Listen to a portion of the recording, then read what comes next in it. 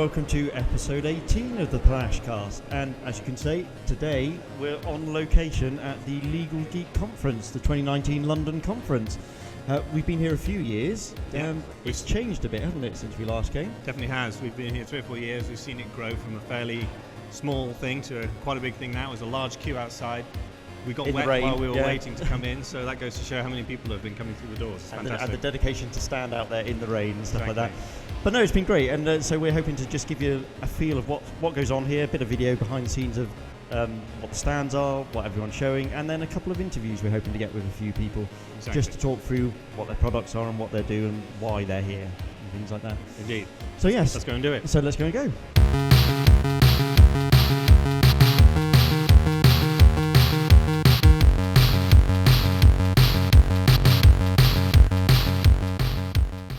Right, we've got Rafie Faruq from Genie AI with us. Those regular listeners will recall that we mentioned Rafie's article in the Law Society in week 2 of the show.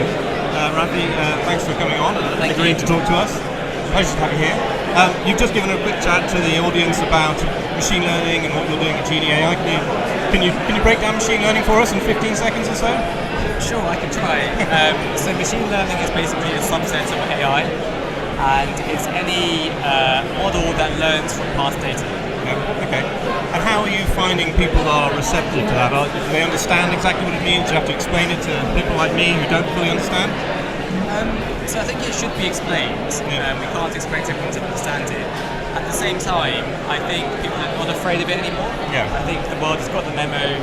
We can make things faster, better, and people are quite looking forward to trying out this software now.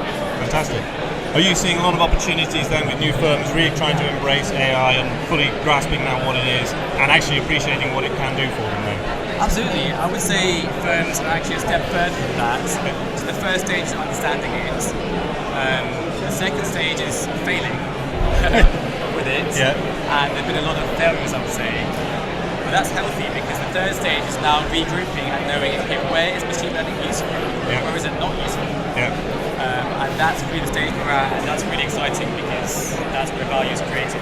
We always say that it isn't necessarily going to be a magic bullet right out the door, and I think sometimes people expect AI to just be unpackaged, usable, and solve all of your problems. It doesn't quite work that way, does it? No, absolutely, and that's kind of the idea of what we're trying to do. So we do AI-assisted drafting, so we recommend courses who can go past drafting, but it should stay within your workflow drafting, so you can easily import Word documents and so forth. Fantastic. That's the thing, if you try to change behaviours too much, it's going to be too hard. Yeah, you don't want to create those friction points, and so the easy integration is essential for you. Exactly, yeah. Fantastic. So you've been at the Legal Geek Conference a few times before. How many years have you come? So it's our second year. Okay. And yeah, it's amazing to see how much it's grown. Yeah. It's very busy and a lot of interest. So. Fantastic. And I can see in the background, when we show it later on, your booth is surrounded by people who are keen to talk to you. So we're very lucky. I appreciate that. Yeah, no, it's a lot of familiar faces this year, which is really great. Yeah, and, I've noticed the same. It's nice. Yeah. You feel like you're part of a community, which I think is what they're really trying to build here. Absolutely, and having chatted to you guys, I like what you're doing with Panache as well. Transaction management and potentially hybrid integration for us at some point. Yeah, fantastic. Well, we look forward to that. Hopefully we'll post it out for you within the next couple of weeks, and we'll hopefully have Rafie on again a bit more detail, and we'll talk through the material and show a bit about what he's doing. Thanks very much. Thank you very much. Cheers. Yeah. Thank you.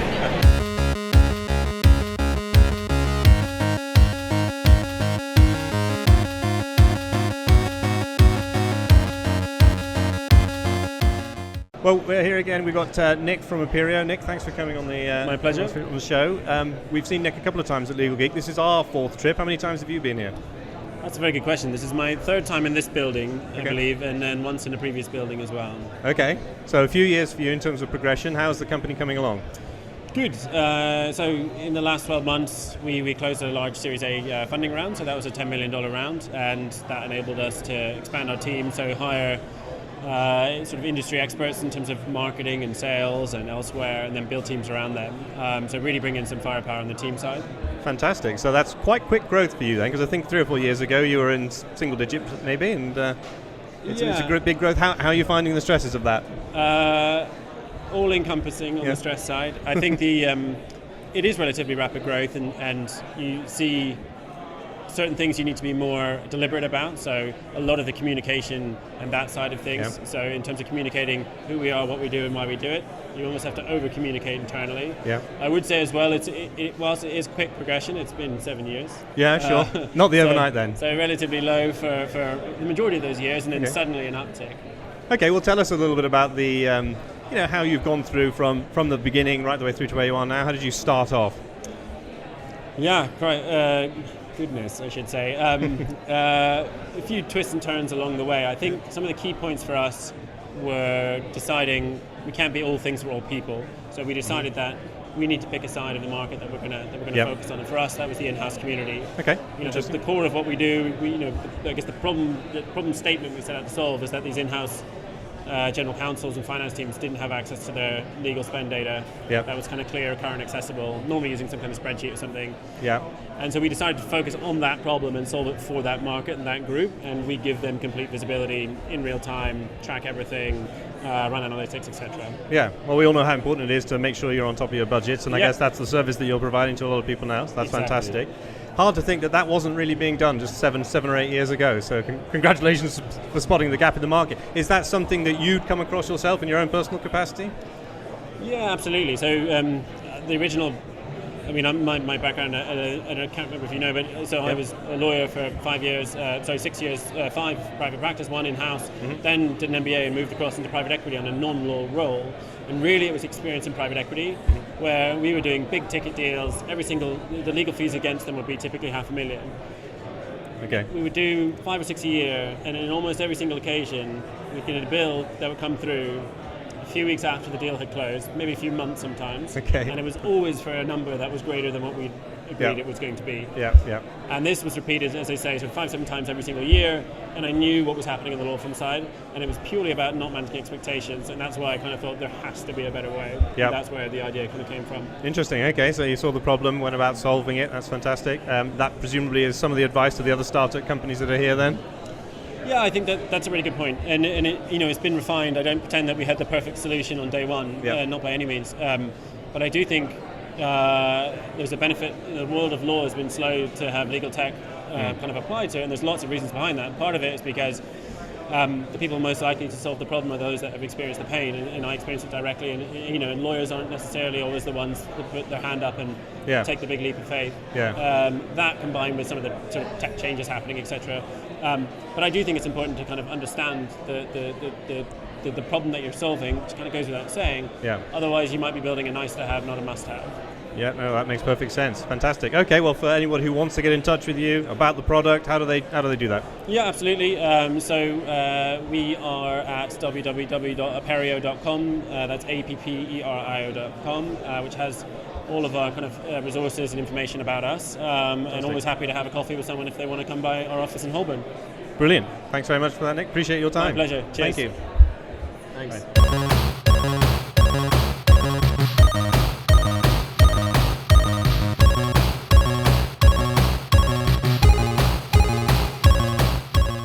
Right, so we're here with Des from Thomson Reuters. We've just been talking a little bit about Thomson Reuters and things like the integrations, the recent purchase of HiQ and how that's going to change the business and things like that. And I wonder if we could just talk a little bit more about that. Primarily, as you're saying, about integration and things like that. We've come to the Legal Geek Conference and there's a lot of startups doing their own little thing, but the sense you get from organisations is, how do you bring all this stuff together in one place? And it sounds like you're hoping that things like HiQ will help you do that kind of thing. It's certainly the case that our clients are saying to us, what we want is consolidation and integration. Yeah. Economies of scale require you to have fewer rather than more solutions, and also the pure economics and mechanics of managing a law firm nowadays mean that you will need to have a smaller portfolio of products rather than a bigger one. From our point of view, that means that there's a need for products that talk to each other, and products that can integrate well together, so that for the user, the lawyer who's actually doing the work, there's a seamless experience. Yeah. And what kind of products going out there are the law firms looking for to use? I mean, we see so many AI solutions out there. Is that what people are really clamoring for now, or are they looking for solutions that are just simpler, help me get the day job done kind of solution? I think it's fair to say that we've seen a lot of hype around the letters A and I used together. And I think nowadays we're getting to a situation where customers are more informed now about what technology can and can't do. So fears about robot lawyers, about the death of lawyers, those are all going away now. And I think certainly at places like Legal Geek, what you meet are clients and prospective clients who are much better informed about what technology can actually do for them. So what people are asking now is not, is it AI, which is the question we might be asked a few years ago. The question is, what can it do for me? What can it do for my users? Which is absolutely the crucial, intelligent type of question to be asking. And it's interesting, you mentioned Legal Geek Conference. I mean, we know that Thomson Reuters have been here from the start of the conference. How have you seen it grow over the years as the people that are coming to these events, their knowledge has changed over the years? You get a different mix of people. Is that what you've seen in those years? I think what we've seen, and what's nice about Legal Geek, is the way that it has grown while still managing to retain its identity. That the culture is still there, the openness, the knowledge sharing. What is interesting about the attendees is that we've seen a real explosion in modern firms, modern corporations, of the legal engineer type role, the innovator type role. That's becoming a more established and recognized discipline within law firms. So the people that come to this type of conference on a yearly basis are ever more informed and ready to articulate what it is that they need to help their firm to succeed. It's really interesting. I mean, it's such a big thing. I mean, the sheer scale of the event like this as well has just increased dramatically over the past few years or so. And you know, I see people from all sides of the business are coming now. Do you see a lot of people coming here who have good knowledge of the Thomson Reuters products and things, or are people asking for what you can provide for them as well? Is it just and how does it differ from any of the other conferences you go to, some of the other sales events you go to? Is it a different? It seems like this is a slightly different atmosphere to the other events. I would say so. Thomson Reuters is lucky to be pretty well known among law firms and among GCs, and we're proud of that position and that awareness that the market has of us. I would certainly say that at this type of event we see a lot of old friends. We certainly see a lot of new players who are just working out what their business model is going to be. And that's the exciting thing I think about this event, is that it brings together people who are just starting out with a legal venture, and people who are very established, perhaps already experienced deliverers of legal services, who are looking to expand the way that they serve their customers. And that's what's really exciting about it. It's great, and it brings everyone together like that. No, Absolutely. It's fantastic. Well, I won't keep you for too long, because I'm sure you're a busy man as well, but thanks very much for talking, and that's been great. Thank you. Cheers. Thanks.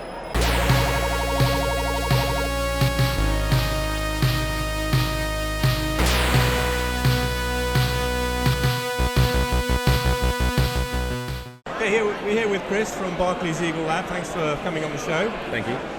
Legal Geek, fantastic event. How have you found it so far? Oh, it's great. I mean, these events are amazing, and the energy, the enthusiasm of people that are here, the way they run it, the short TED-style talks, 8 minutes is exactly what you need. You don't want half an hour and death by PowerPoint. No. And you get to meet a load of people that are all involved in the industry and are doing all great things within the industry. Tech is not all happening in one place, but actually tech comes here for once a year, so it's a great place to be. Absolutely. Well, we've come here and we know a lot of people do. So have you found a lot of people have come to you today to find out what the Barclays Legal Lab is all about? It's been non-stop. Is it? Which is great. We've been doing this now for 2 years. This is our second year doing it here. We were over in New York as well doing one, but we didn't have a stand. And it's just, I think with what Eagle Labs do, it's a great opportunity for people to come and talk and get to know each other and find each other and kind of build out the ecosystem they're working in, because it could be quite a lonely place working in LegalTech. Indeed. And we really want to kind of try and address that through building out the ecosystem. Okay, so what do people do when they're interested in, how do you help them, the startups in particular? There's great, number one, come and join the lab. And it's weird, we're based out in Notting Hill, and Notting Hill is not exactly the epicenter for all things LegalTech. Yeah. In fact, I doubt there's anyone in Notting Hill that's come up with anything LegalTech apart from the ones that are in the labs. You're unique in that respect. Completely, and I've got views as to where we should be positioned. But we are in Notting Hill at the moment. But I think the bigger piece is actually being able to expand outside of that network and really start to create the ecosystem. But it is great to come and be in the labs. We've got we're 85% full within the Notting Hill lab at the moment. Okay. 25, 26 residents that are in there that are already engaging. And the great thing is with the Notting Hill lab, and certainly what we've got is the partnerships that we have. So we've got the Law Society, we've got a number of law firms, we've got PwC, and we're ever expanding what that looks like to really reflect what the industry looks like. Okay. So we're already talking to alternate legal service providers as well, because if you're going to satisfy the entire market, then you need to be thinking about everybody else that's working in it. Because certainly Barclays, as a client or a customer of the law firms and legal services, we're looking at who can provide us support. And that legal law tech piece is really starting to build that bridge, because we want to get a better level of service, we want to get greater efficiencies, we want to get more control around our cost, and tech's got a huge role to play within that. So if we can connect all those dots, and certainly when it comes around to making significant changes, we've got the Ministry of Justice are in there, we've got the Law Society, as I've said before, but it's people that can then actually start to make change. So having that open dialogue and that collaboration is essential, and the lab's really creating a platform for it. Fantastic. And some of those people that you've mentioned are quite big, established organisations. Absolutely. Some of them might have their own incubators going on, but they're still receptive to tech startups coming through you and having a conversation. And the thing is, we've got a pool of people that are being tested, they're being tried, and they're getting an opportunity to work with not only our Barclays lawyers, but also the law firm. So it's a place to come and work with people that have been not necessarily vetted, but at least have gone through a process to see whether they're at a stage where they're ready to go out and start to try proofs of concept or building out sandboxes and starting to work with data. Fantastic. But it's not just law tech, is it? You do also a few other things. Tell us about that. Notting Hill is just one of our labs. We've got 25 up and down the country. We've just opened up in Bournemouth recently. And there is everything within these labs. There is plenty of things going on there. We're also building out 2 other industry verticals, so we're looking at medtech, we're also looking at agri-tech, 2 areas where plenty is happening at the moment. But you come across everything within the labs, you never know what you're going to see next. We've just opened up at Plexel over in East London. We've got a lab over there, and that one's much more around the kind of engineering stuff, and there's fun things happening there too. Well, we just seen in the background there was somebody messing around with a virtual reality or augmented reality. I'm not 100% sure what it is, but you've obviously got a very wide breadth of things under your umbrella. Completely, and it's great because you get to see so much that's happening, but you also start to think about there's bits that cross across those industries. And it's great to be able to support an industry, particularly where there's one that is struggling to change, which is the legal one. There's no bones about it. It's slow and it's painful, and there are a number of reasons for that. But there's lots to learn from other people that are doing it well.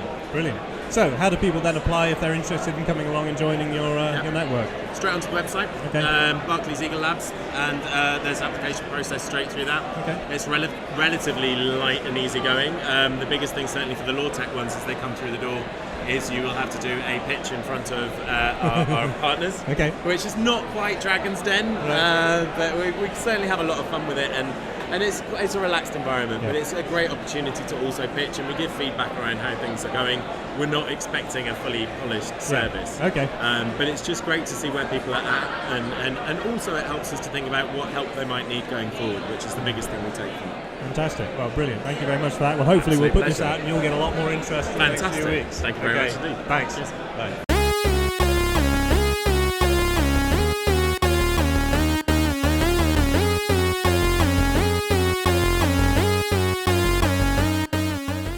Well, we're here with Patrick from Clara. Thanks for coming on the show. Thanks, Neil. Why don't you start by telling us a little bit what you do at Clara and how did you get started?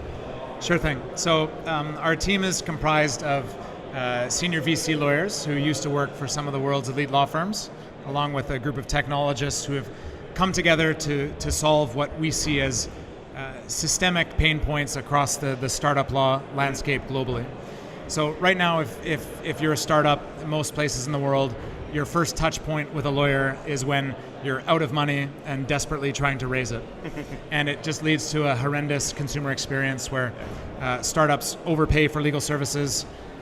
Their lack of knowledge and education deeply frustrates their investors, deeply frustrates lawyers on all sides of the equation. And you know, we've felt this intimately. We've advised hundreds of startups around the world. And we just saw a lot of commonality in their journeys and how they think about and deal with legal issues. Yeah. And the type of advice and education that we were giving to founders, we saw that there's just so much commonality in that. And we thought, you know, there's got to be a better way to do this. We don't just want to create a more efficient lawyer. Our thinking was that we need to completely redesign and reimagine this experience from the standpoint of the founder. And what better way to do that than to design processes and then build software around those processes to allow software to do a lot of the stuff that startup lawyers are currently doing, while understanding that you cannot eliminate lawyers from this process. In fact, quite the contrary, lawyers are important and valued.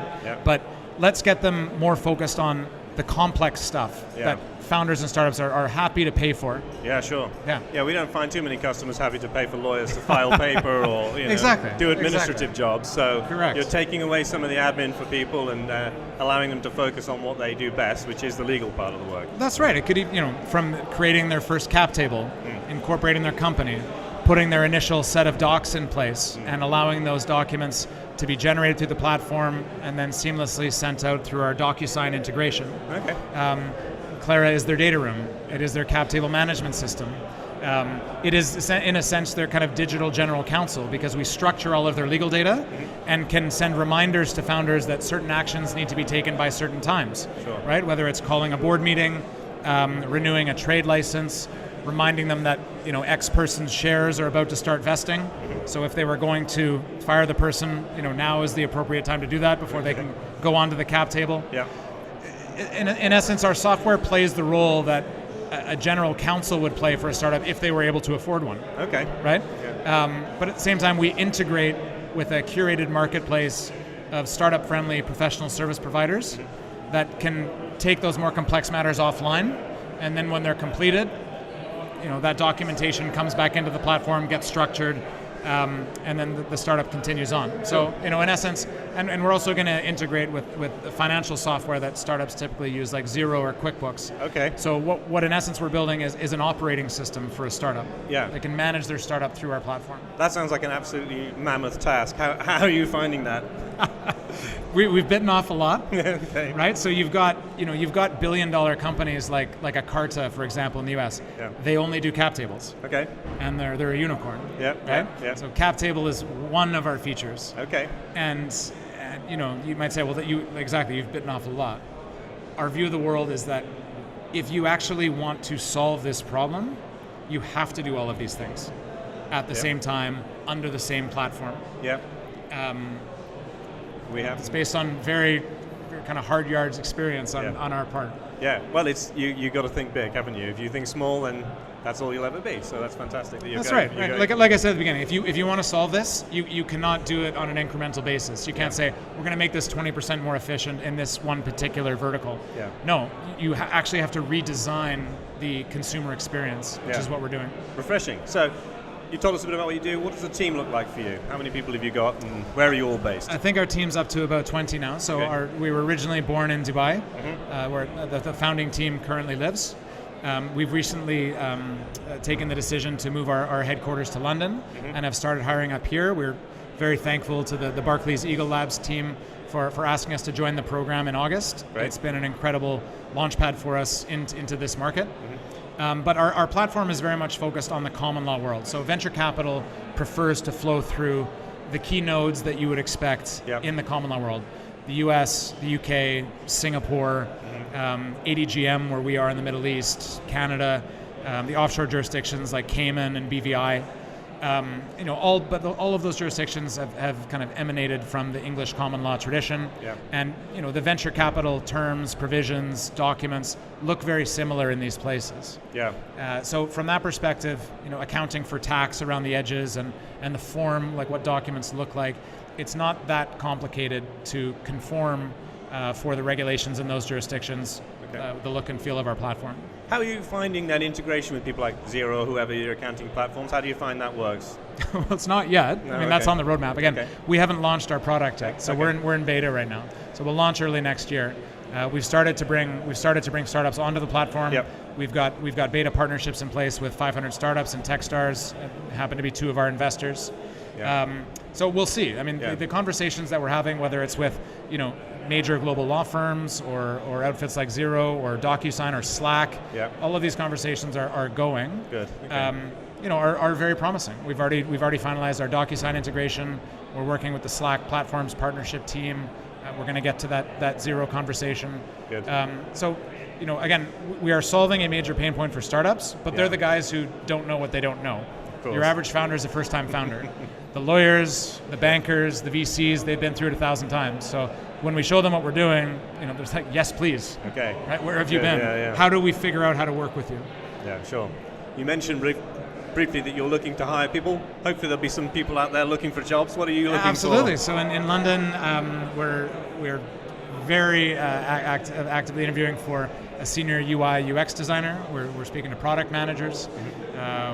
We're actively looking for the head of Clara Partners, which is the law firm under the Clara banner, to join our team. So we can be doing VC deals for subscribers on the platform at well below market rates, courtesy of the software that we're building. So those are a few roles that we're looking to fill. Okay, well, if people want to get in touch, how would they do that? They can email me at patrick@clara.co, clara.co. Well, hopefully then you'll start to get some inquiries. Thank you, Neil. Appreciate it. Pleasure. Thanks. Okay. Great speaking with you guys. You too. Thanks for your time. Thanks.